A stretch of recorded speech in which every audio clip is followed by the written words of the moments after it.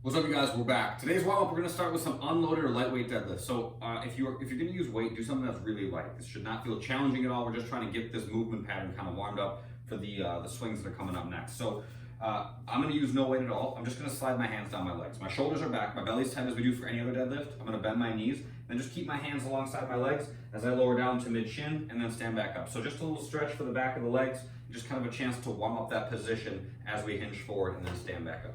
After that, we're doing a knee pull plus reverse lunge. So I'm going to grab my right knee, pull it into my chest, just get a gentle stretch here. Big, deep step back. I like to stretch up overhead at the bottom, then stand up, switch sides, and repeat.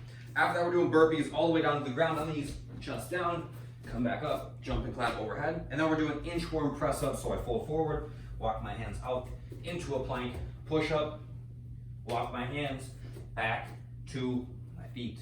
All right, the workout today. We have an ascending ladder. We're gonna go for 10 minutes. We're gonna do 2, 2, 2, 4, 4, 4, so on and so forth. You keep ascending by sets of 2 throughout. The equipment version is 3 movements. We're gonna do Russian swings, goblet step-ups, and sit-ups. So, Russian swings. Ideally done with a kettlebell, but you guys can hold on to a dumbbell just as well. That works too. So, all we're doing is kind of using that same deadlift pattern that we used in the warm-up, but now we're gonna make this a little bit more dynamic. So, if I don't have any weight in my hands, it looks like this. I swing my hips, I swing the weight back between my legs, and then I open my hips and swing the weight up so that it's about shoulder height. So I'm looking over my knuckles at the top of each swing, okay? My shoulders are back, my belly's tight, my knees stay bent pretty much throughout, and at the bottom, not like way down here with my swing, all right? My wrists are right on the inside of my thighs, then I open my hips and swing. Swing back, open my hips, and swing, okay? So if I have some weight, I always like to start with it out in front of me a little bit so that I can kind of pull it back in, get some momentum into my first rep. So here we go, pull the weight back, open my hips, and swing. Look at the position of my elbows at the top. They're down below my hands, okay?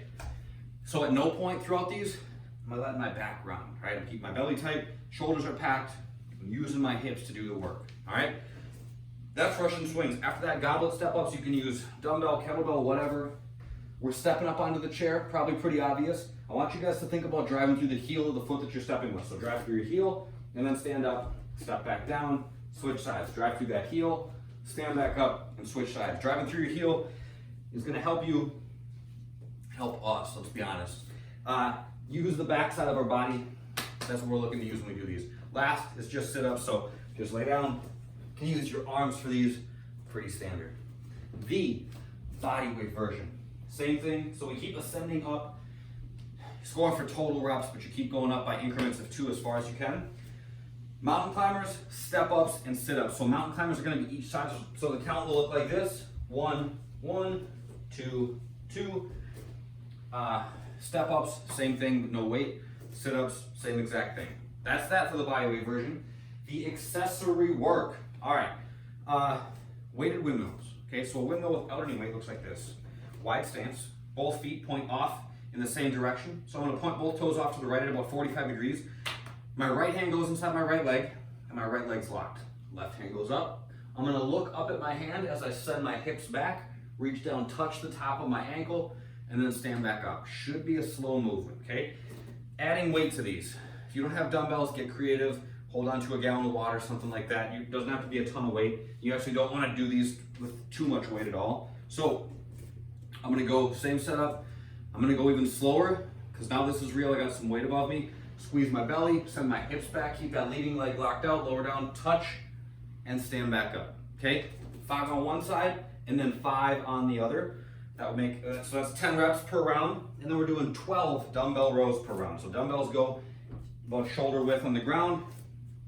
This is the motion, okay? I'm pulling the dumbbell up to like the bottom of my ribs, something like that. One side, then the other. One side, then the other, so it looks like this.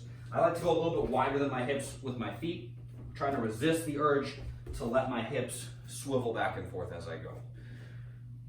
The mobility today, we've got 3 different movements we're gonna do. We're gonna start with a goblet squat hold. So if you guys don't have weight, you don't have to use it, that's fine. But if you have a dumbbell, you can use it to give yourself a little bit further weight to sink down into the bottom of your squat. So we're just camping out here for 2 minutes.